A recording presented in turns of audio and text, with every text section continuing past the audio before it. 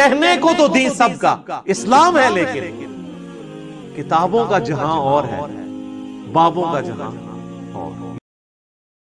بسم اللہ الرحمن الرحیم، لا حول ولا قوت الا باللہ، اللہم صلی علی محمد وعلی آل محمد۔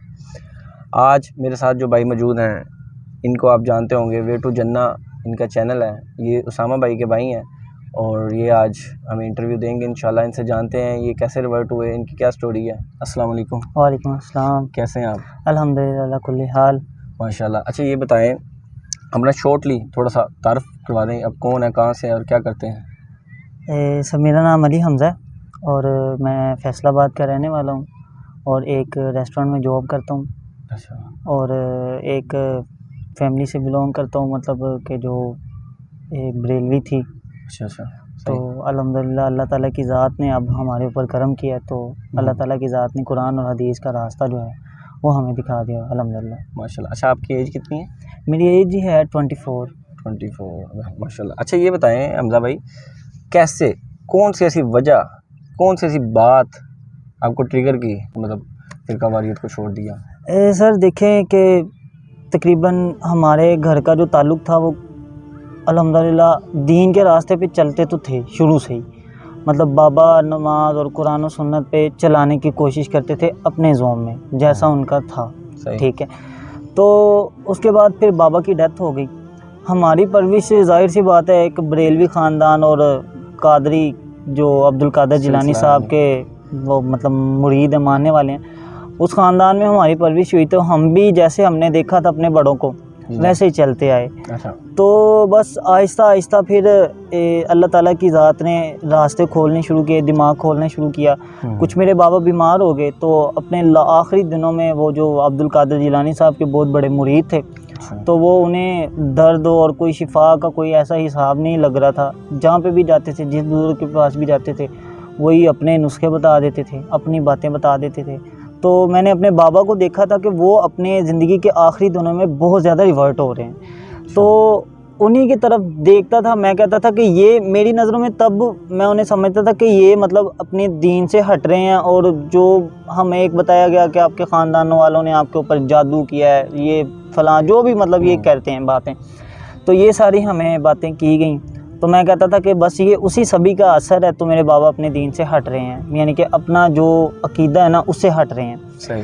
تو پھر بابا کی اینڈ پہ ڈیتھ ہو گئی، تو اس کے بعد پھر میں اسی سلسلے میں آگے سے آگے بڑھتا گیا، بزرگوں کے پیچھے چلتا رہا۔ لیکن پھر ایک دن ایسے ہی موبائل کھول کے بیٹھا ہوا تھا، تو اچانک انجینئر محمد علی مرزا جو علی بھائی ہیں جھیلم میں، ان کی ایک ویڈیو میرے سامنے آئی، تو میں نے وہ جیسے عام بندہ مولویوں کی ویڈیو دیکھ لیتا ہے ویسے میں نے عام مولوی سمجھا، میں نے ویڈیو کھولی، میں نے دیکھ لی۔ اس میں انہوں نے اختلاف کیا تھا شیعہ پہ، اور طارق جمیل صاحب کی حمایت میں کوئی بات کی تھی انہوں نے۔ اسی لمحے میں نے ان کی دوسری ویڈیو دیکھی، تو اس میں انہوں نے طارق جمیل صاحب پہ تنقید کی انہوں نے، اور اہل تشیع کو مولا علی کرم اللہ وجہ الکریم کو جو وہ مطلب مانتے ہیں کہ معاذ اللہ غلو کر جاتے ہیں، اس میں ان کو جو ہے انہوں نے پھکی دی۔ تو مجھے یہ بات بڑی ٹریگر کی۔ اس کے بعد پھر میں سکرولنگ کرتا رہا دیکھتا رہا، تو پھر میرے سامنے ایک اور اتھینٹک ویڈیو آئی جس میں ایک بندے نے بتایا تھا کہ جس میں اس نے انجینئر صاحب پہ اعتراض کیا تھا کہ انجینئر صاحب نے کہا کہ جی قرآن میں شیطان کا نام سب سے زیادہ ہے۔ یہ بڑی مشہور ویڈیو ہے، اور اس کے بعد انہوں نے کلیریفیکیشن بھی دی تھی اس ویڈیو پہ۔ تو بس اسی طرح سے کرتے کرتے میرا ان کے ساتھ تعارف ہوا تھوڑا بہت، تو لیکن یہ ہے کہ بس تعارف ہوا تھا، پراپر بہت ساری چیزیں تھیں جن کا مجھے نہیں پتہ تھا، ٹھیک ہے۔ مثال کے طور پہ رفع الیدین کا مجھے کافی دیر بعد جا کے پتہ چلا۔ اس کے بعد پھر یہ چشتی رسول اللہ والی بات، کیونکہ میں ایک بریلوی خاندان سے تعلق رکھتا تھا، اہل سنت و جماعت سے، تو اس وجہ سے میں وہ معین الدین چشتی رحمۃ اللہ علیہ ان سے جو ہے اب بھی ان کی رسپیکٹ کرتے ہیں، ٹھیک ہے۔ تو لیکن ان سے کچھ مجھے خاص لگاؤ تھا، میں کہتا تھا کہ جی یہ بس یہی جو بھی کچھ ہیں نا بس یہی ہیں، ٹھیک ہے۔ اور ان کی کچھ منقبت بھی تھی جو میں بڑے دھیان سے 24 گھنٹے وہ سنتا رہتا، ایون کہ میرے گھر والے، میرے بابا جب تھے وہ بھی، اور ہمارے ہمسائے بھی مجھ سے اس بات سے بہت زیادہ تنگ تھے کہ میں بس ایک ہی سائڈ پہ لگا ہوا ہوں. تو بس اسی طرح سے پھر کرتے کرتے جو ہے تو علی بھائی کا تعارف ہو گیا, پھر باتیں سامنے آنی شروع ہو گئی. پھر الحمدللہ میں نے اپنے بھائی کو کہا, بھائی نے شروع میں اختلاف کیا. اختلاف کرنے کے بعد پھر کچھ چیزیں تھیں جو بھائی کو بھی ٹریگر کیں. تو پھر یہی چیزیں جو ہم نے دیکھتے نا الحمدللہ ثم الحمدللہ آج اللہ تعالیٰ کی ذات نے ہمیں ہر بندے, ہر ذات اور ہر دوسری کتاب سے ہٹا کے رسول اللہ صلی اللہ علیہ وآلہ وسلم کے بتائے ہوئے راستے, اور جو اللہ تعالیٰ کی ذات نے ہمیں ایک مطلب کہ بتا دیا ہے کہ آپ نے اس فریم آف ریفرنس میں رہ کے جو بھی کام کرنا ہے اس میں کرنا ہے, اور قرآن دے دیا کہ آپ نے اس کتاب کو تھامنا ہے, یہی کتاب آپ کی ہدایت کا راستہ ہے. تو الحمدللہ یہی چیزیں تھیں جو مجھے ٹریگر کی. میں سوچتا تھا کہ کوئی بزرگ آئیں گے, مطلب اپنی وہی بریلویت والی سوچ, میں شروع سے ایک بات سوچتا تھا. میں کہتا تھا کہ جی کوئی سفید داڑھی والے بزرگ آئیں گے جو آ کے کہیں گے ہاں بچہ تو تے بہت پریشان ہے, وہ آئیں گے مجھے تھپکی دیں گے, وہ کہیں گے چل ٹھیک ہے پتر جا تیری تر گئی. تو میں بس یہی اسی سوچ میں شروع میں جب میرے بابا کی ڈیتھ ہوئی تو میں نے اپنے گھر والوں کو اسی وہم و گمان میں نے پریشان بھی بہت زیادہ کیا. مطلب کہ کام نہیں کرنا, بس کہنا کہ جی ہوں بھی کوئی کرامت ہوئے گی, ہوں بھی کوئی, وہ اسی سارے سسٹم میں نا میں نے 1 سال تک اپنے گھر والوں کو بھی بہت زیادہ تنگ کیا.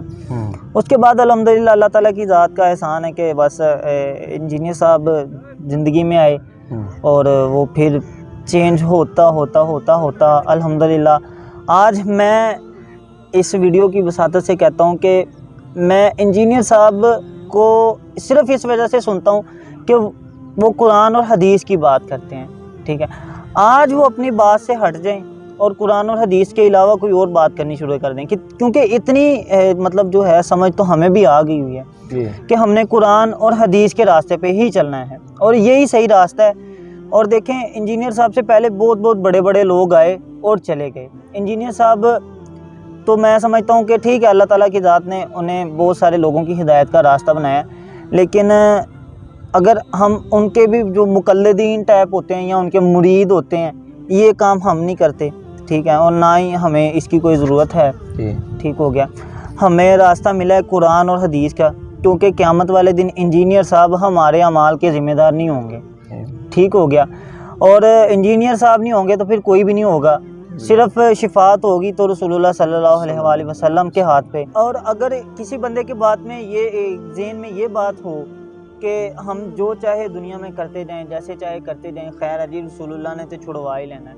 یا اکثر بریلوی حضرات جو ہیں وہ کہتے ہیں کہ ہم اپنے خاندان میں کسی ایک بچے کا نام محمد رکھ دیں تو جی وہ ہماری 7 نسلیں بخشی جائیں گی, یا ایک حافظ قرآن ہو جائے تو ہماری 7 نسلیں بخشی جائیں گی. یہ ہمارے خاندان میں بھی تو ہم اپنے بڑوں سے سنتے آئے ہیں ساری باتیں. ٹھیک ہو گیا, ان ساری باتوں کو جب ہم نے قرآن اور حدیث سے میچ کیا نا تو سر ہمیں پتہ چلا, مجھے پتہ چلا اور میرے خاندان والوں کو پتہ چلا کہ یہ تو وہ دین ہی نہیں ہے جو 1450 سال پہلے مکے اور مدینے میں اترا تھا. یہ وہ دین نہیں ہے, یہ وہ دین ہے جو کچھ, میں اب کیا کہوں ان لوگوں کو جو بہت سارے لوگوں کی گمراہی کا باعث بن رہے ہیں. شرم کرنی چاہیے انہیں کہ اگر وہ مسلمان بھی ہیں اور پھر بھی حق کے راستے پہ نہیں چل سکتے تو پھر ان کا اللہ ہی حافظ ہے, ہم تو کچھ نہیں کہہ سکتے. ہم تو یہی دعا کر سکتے کہ اللہ تعالیٰ کی ذات انہیں ہدایت دیں. ٹھیک ہے. اچھا حمزہ بھائی, مجھے یہ بتائیں کہ یہ سارے جو ریورٹ ہوئے ہیں ماشاءاللہ, آپ نے چینج آئی آپ کی لائف میں جی, اور جتنے بھی لوگ اس دعوت کے ساتھ جڑے ہیں, حق بات کو بلند کیا ہے, آپ تو ماشاءاللہ ایک چینل چلا رہے ہیں نا الحمدللہ ثم الحمدللہ. تو آپ کو کیا پریشانیاں اس میں فیس کرنی پڑی ہیں, جبکہ ہم دیکھتے ہیں انجینئر صاحب ہو گئے یا ان سے پہلے جتنے بھی حق لوگ آئے ہیں ان سب لوگوں کو پریشانی اٹھانی پڑی ہیں, آپ کو کوئی پریشانی ایسی پیش آئی؟ دیکھیں جی, اصل میں مسئلہ یہ ہم سے نہیں شروع ہوا, یہ مسئلہ اسی وقت سے شروع ہو گیا تھا جب رسول اللہ صلی اللہ علیہ وآلہ وسلم نے مکے اور مدینے کے لوگوں کو یہ بات کہہ دی تھی کہ جس کو تم پوجتے ہو, جس کی عبادت تم کرتے ہو وہ ٹھیک نہیں ہے.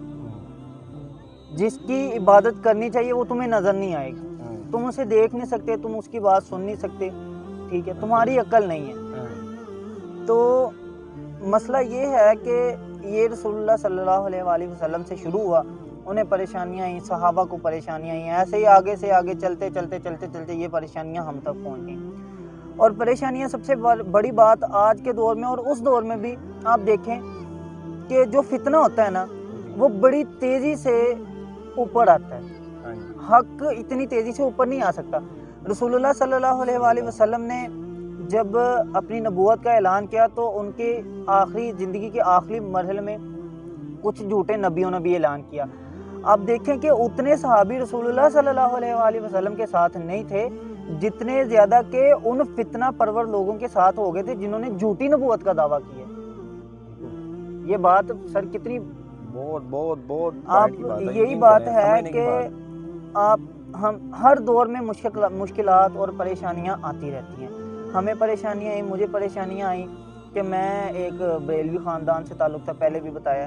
تو ایک اپنے ریسٹورنٹ میں جو پہلے میں 11ویں شریف بھی اور اپنی اماں کو کہتا تھا کہ اماں جی جو بھی مہینے میں دن آئیں، کوئی دوسرا تیسرا 5واں 11ویں 15ویں 18ویں جو بھی ہے نا آپ نے اس پہ نیاز دلانی ہے. اگر کچھ بھی نہیں ہے نا تو خالی ایک جمعرات کو آپ نے نیاز دلانی ہے بابا جی کے نام پہ. ٹھیک ہو گیا. میں آن ایئر اپنے اللہ کو حاضر ناظر جان کے اس بات سے توبہ کرتا ہوں، اللہ تعالیٰ کی ذات میرا یہ گناہ معاف کر رہا ہے. ٹھیک ہو گیا. تو جب یہ سارا سسٹم چل رہا تھا تو پھر اس میں ایک دم سے جب ہم ریورٹ ہوئے اور سارا خاندان ہی ریورٹ ہو گیا، میں ریورٹ ہو گیا، میرا بھائی، ایون کہ میری چھوٹی سسٹر 14 سال کی وہ بھی الحمدللہ اسی طرح سے اللہ کے بتائے ہوئے راستے اور رسول اللہ صلی اللہ علیہ وآلہ وسلم کے سکھائے ہوئے راستے پہ چل رہی ہیں. جیسے کہ چلنے کا حق ہے، بتانے کا اس پہ رہنے کا حق ہے. ٹھیک ہو گیا. تو مشکلات پھر ہمارے بہت سارے ریلیٹیوز تھے جنہوں نے ہمارے ساتھ اختلاف کیا. اور کیونکہ میں ایک ریسٹورنٹ میں جاب کرتا ہوں تو وہاں پہ میرے ساتھ بہت برے کام جو ہیں، مطلب مجھے یہودی اور قادیانی اور پتہ نہیں کیا کیا، اور بعض اوقات وہ کہتے تھے تم یہودیوں سے بھی بڑھ کے ہو، اور اس سے بھی بڑھ کے وہ باتیں کر دیا کرتے تھے، ابھی بھی کر دیتے ہیں. اور میری ایک عادت تھی کہ جب کھانا کھاتے، جو میری زندگی کا سب سے مجھے دکھ ہوا، جس دن مجھے سب سے زیادہ دکھ ہوا، میری عادت ہے کہ میں کھانا کھاتا ہوں نا تو میں کھانا کسی کے ساتھ بیٹھ کے کھاتا ہوں، اکیلے کھانا کھایا نہیں جاتا. اب سارے بیٹھے ہوئے نا تو کم سے کم کوئی 1-2 لوگ تو ہو نا جو آ کے کھا لیں، چاہے میرے حصے میں ایک ہی نہیں والا آئے نا، کوئی مسئلہ نہیں ہے، کوئی فرق نہیں پڑتا، اس نے اپنا مقدر کھانا ہے. تو کھانا سارے اکٹھے کھاتے تھے. تو ایک ٹائم آیا کہ میری مطلب کافی زیادہ وہاں پہ بحث ہو گئی. وہ داتا دربار پہ گئے اور مجھے پھر انہوں نے ٹاؤنٹ کرنا شروع کر دیا. پھر میں نے جو ہے وہ بتانی شروع کر دی. میں نے جب حشت بہشت اور ان ساری باتوں کو، چشتی رسول اللہ اور یہ ساری باتیں میں نے جب بتائیں تو انہوں نے میرے ساتھ بہت زیادہ مخالفت شروع کر دی. ایون کہ پورے ریسٹورنٹ نے میرے ساتھ مخالفت شروع کر دی. اور اسپیشلی ہمارے جو میرے ڈپارٹمنٹ کے لوگ تھے، ٹھیک ہے، انہوں نے. تو میں نے کھانا اکیلے بیٹھ کے کھایا اس دن. وہ ساری ٹیم میری بیٹھی ہوئی تھی جن کے ساتھ میں بیٹھ کے کھانا کھاتا تھا، لیکن اس شام میں اکیلا ہی کھانا آگے رکھا ہوا تھا اور میں کھا رہا تھا. اور اس لمحے کو یا میں جانتا ہوں یا اللہ جانتے ہیں جو دلوں کے راز بہتر جانتے ہیں کہ میں ہر اس ایک لقمے کے ساتھ میرا دل کتنا رو رہا تھا. اور میں اس رات کتنا زیادہ پریشان تھا کہ یار کہ ہم کہہ رہے ہیں کہ ہمارے بتائے ہوئے راستے پہ نہ چلو، نہ یہ ہمارا راستہ ہے، پیغمبروں کے راستے پہ چلیں، قرآن اور حدیث کے راستے پہ چلیں. ایک دفعہ پڑھے تو صحیح نا کہ اللہ نے کہا کیا ہے. اللہ تعالیٰ کی ذات آپ کو قرآن کریم میں کیا رہے ہیں، رسول اللہ صلی اللہ علیہ وآلہ وسلم نے اپنی زندگی کیسے گزاری ہے، آگے چل کے صحابہ نے اپنی زندگی کیسے گزاری ہے، کس صحابی کا مقبرہ ہے، کس صحابی کا مزار ہے، اور کس صحابی کے مزار پہ دربار پہ جو چادریں چڑھائی جاتی ہیں اور جو ہے وہ نیازیں چڑھائی جاتی ہیں، اور کس صحابی کا. اسی ویڈیو کے بساطت سے میں کہہ رہا ہوں کہ میں یہ چیلنج ہی کرتا ہوں ایک حساب سے، الحمدللہ یہ اپنی ساری کتابیں لے آئیں اور یہ قرآن سے ثابت کر دیں، کیونکہ ہم احادیث بخاری اور مسلم کو بھی ایک سائیڈ پہ رکھ دیتے نا. امت کا اجماع تو ہے نا، ہر بندے کا، ہر مسلمان کا اجماع قرآن کریم پہ تو ہے نا. یہ اپنے ختم، یہ اپنے نظر و نیاز، یہ اپنی جو بھی چیزیں ہیں یہ قرآن سے ثابت کر دیں. حدیث کی ہم بعد میں بات کریں گے، یہ قرآن سے ثابت کر دینا، یہ نہیں ثابت کر سکتے. انہوں نے صرف اپنے کھانے کا ایک جو ڈھونگ رچایا ہوا ہے اور اسی میں جو بھی بندہ پیچھے ہٹ جاتا ہے وہ اس کے خلاف ہو جاتے ہیں. ہمارے رشتہ دار تھے, میرے چاچو لگتے ہیں, سگے چاچو بلکہ, میرے بابا کے چھوٹے بھائی. تو میری کزن کا نا ہسبینڈ فوت ہو گئے, تو ان کا نا انہوں نے چیلم کا ختم رکھا. تو میں نے انہیں کہا کہ بھائی جو آپ چیلم کا ختم رکھ رہے ہیں, اس کی بجائے جو بھی آئیں گے سارے آ کے کھائیں گے پیئیں گے بس چلے جائیں گے, اللہ اللہ خیر صلاح, اور کچھ بھی نہیں کرے گا کوئی بھی. آپ آئیں, آپ سارے مل کے, جس کے پاس 1000 2000 5000 جو جتنی بساط رکھتا ہے نا, اتنے پیسے اس بچی کے ہاتھ پہ رکھیں, اسے کہیں بیٹا یہ پیسے تو رکھ, تیرے چھوٹے چھوٹے بچے ہیں تو انہیں دے تاکہ تیرے گھر کا سرکٹ چل سکے. ٹھیک ہو گیا. اب اسی وجہ پہ میرے خاندان والے جو میکسیمم بڑے لوگ تھے انہوں نے میرے ساتھ اختلاف کیا, اور مجھے یہ تانا مارے, وہ کہہ رہے ہیں کہ تم نے جب تمہارے باپ کا یہ سارا ٹائم تھا تو ہم نے تمہارے ساتھ نہیں کیا تھا. میں نے کہا جی بالکل کیا تھا, میں کیوں اس بات سے پھروں کہ آپ نے نہیں کیا تھا. میں نے کہا میں نے خود سارا کچھ آگے آگے رہ کے کیا ہے, لیکن تب مجھے پتہ نہیں تھا کہ قرآن اور حدیث میں اللہ تعالیٰ کی ذات نے ہمیں کہا کیا ہوا ہے, رسول اللہ صلی اللہ علیہ وآلہ وسلم نے ہمیں پیغام کیا دیا ہوا ہے. صحیح بات ہے. ٹھیک ہو گیا. تو ظاہر سی بات ہے جب مجھے پتہ نہیں ہے تو پھر میں چلوں گا بھی اسی راستے پہ جو مجھے بتایا گیا, سکھایا گیا. ہمیں ایک کہانی کرائی گئی ہے بچپن سے کہ جی رفع الیدین اس وجہ سے نہیں کرنی کہ مولوی جو پیچھے نماز پڑھتے تھے وہ بغلوں میں بت رکھ کے آتے تھے. ٹھیک ہو گیا. اور یہ بات جھوٹی نکلی اب ان کی. اب یہ پھر کیوں نہیں بول رہے؟ اگر یہ سچے ہیں اس بات پہ تو پھر یہ کیوں نہیں بات کرتے؟ اور ہمارے مائنڈ کو اتنا زیادہ انہوں نے ہمارے برین کو واش کیا تھا کہ مجھے ابھی بھی بڑے اچھے طریقے سے یاد ہے کہ ہم جب چھوٹے چھوٹے ہوتے تھے نا 8-9 سال کے, یاد ہے اچھی طرح سے یاد ہے, تو ہمارے جو قاری صاحب ہمیں پڑھایا کرتے تھے نا, وہ جب اہل حدیث ہماری مسجد ہے وہاں پہ, تو جب وہاں پہ اذان ہوا کرتی تھی نا تو وہ اذان کے بدلے میں ہم سے نعرے لگوایا کرتے تھے اہل حدیثوں کے بارے میں. وہ اہل حدیثوں کے پھر آگے وہ کرتے تھے, وہ نعرے لگاتے تھے ہم پیچھے کرتے ہائے ہائے, وہ نعرے لگاتے ہم پیچھے آئے. مطلب کہ اتنا ہمارا برین واش کیا گیا دوسرے فرقوں کے بارے میں کہ ان کی بات نہیں سننی, اس بندے کی بات نہیں سننی, اس مولوی کی بات نہیں سننی, یہ ساری باتیں. ٹھیک ہو گیا. اسی طرح سے بس مخالفت چلتی رہی, لیکن بس اب الحمدللہ بہت سارے لوگوں کو پتہ چل گیا ہوا ہے, اور جن کو نہیں پتہ خیر ابھی زندگی پڑی ہوئی ہے, اگر اللہ نے کوئی نہیں, اللہ پاک آپ کو استقامت دے مزید اس میں کام کرنے میں. اچھا یہ بتائیں حمزہ بھائی کہ جتنے بھی فرقے بن چکے ہیں جی پتہ ہے جی, اور ان کے اندر بھی اب چھوٹی چھوٹی فرقیاں, ہاں جی بالکل بن گئی, فرقیوں کی علیحدہ مسجدیں, تو ان لوگوں کے لیے کیا پیغام آپ دیں گے؟ ان لوگوں کو کیا میسیج دینا چاہیں گے کہ یہ لوگ حضرت ابراہیم علیہ السلام کی ملت میں واپس آئیں, اپنے آپ کو مسلم کہلانے میں فخر کریں, نہ کہ بریلوی دیوبندی شیعہ یا واقعی؟ سر دیکھیں میں ایک بات آپ سے کروں گا کہ اصل بات یہ ہے کہ اب انجینئر صاحب کے آنے سے پہلے جو لوگ ریورٹ نہیں ہوئے تھے, ہم ریورٹ ہوئے ہیں, ہم آن ایئر آ کے کہہ رہے ہیں کہ بھائی ہم ریورٹ ہو گئے ہوئے ہیں. ٹھیک ہے. کچھ لوگ ہیں جو ریورٹ نہیں ہوئے, کچھ لوگ ایسے ہیں جن کا انجینئر صاحب کو بھی پتہ نہیں ہے, جن کا ان کے گھر والوں کو بھی نہیں پتہ. ٹھیک ہے. وہ جیسے جیسے ٹائم گزرتا جاتا ہے, وہ جیسے اس بچے کی یا اس بڑے کی کوئی حیثیت بنتی ہے گھر میں, وہ اپنے فرقوں کے خلاف اعلان بغاوت کر دیتا ہے. ٹھیک ہو گیا. اب جب یہ بات دیکھ رہے ہیں کہ ایک بندے کی ویڈیو پہ جب ویوز آ رہے ہیں 500 یا 1000 یا 2000, اب اس بندے کی ویڈیو پہ ویوز آ رہے ہیں 1 لاکھ 2 لاکھ 5 لاکھ. ٹھیک ہو گیا. اور مسلسل ویوز آ رہے ہیں, اتنے ویوز مسلسل آئی جا رہے ہیں, تو ظاہر سی بات ہے کوئی 5-10 لاکھ جو لوگ ویڈیو دیکھ رہے ہیں وہ کہیں نہ کہیں سے تو نکلے ہیں نا, وہ حق کے راستے پہ چلے ہیں نا. تو جو لوگ ابھی تک ریورٹ نہیں ہوئے, میں انہیں ایک ہی بات کہوں گا کہ سر آپ دیکھیں کہ جو 10 لاکھ لوگ آج انجینئر صاحب کی یا ڈاکٹر اسرار صاحب کی یا ڈاکٹر ذاکر نائک صاحب کی یا مولانا اسحاق صاحب کی یا اور جو بڑے بڑے علماء حق ہیں جو اس دور کے ہیں, ٹھیک ہے, ان کی ویڈیوز دیکھ کے اگر حق پہ آئے ہیں نا, تو آپ کو بھی انہی کو دیکھ کے حق پہ آنا چاہیے.